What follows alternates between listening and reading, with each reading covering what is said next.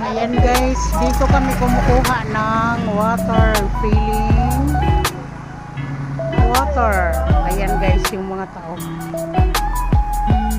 Ayan kaya hindi ko mabantayan yung mga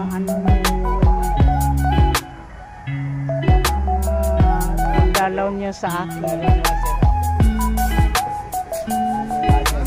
Ayan, dito lang kayo guys kumuha ng tubig from Davao lang guys.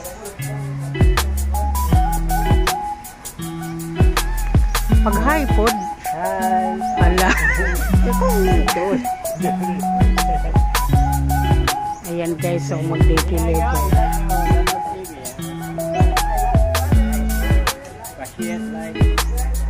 Ayan, water refilling station, mura lang at saka masarap ang tubig nila, matamis-tamis.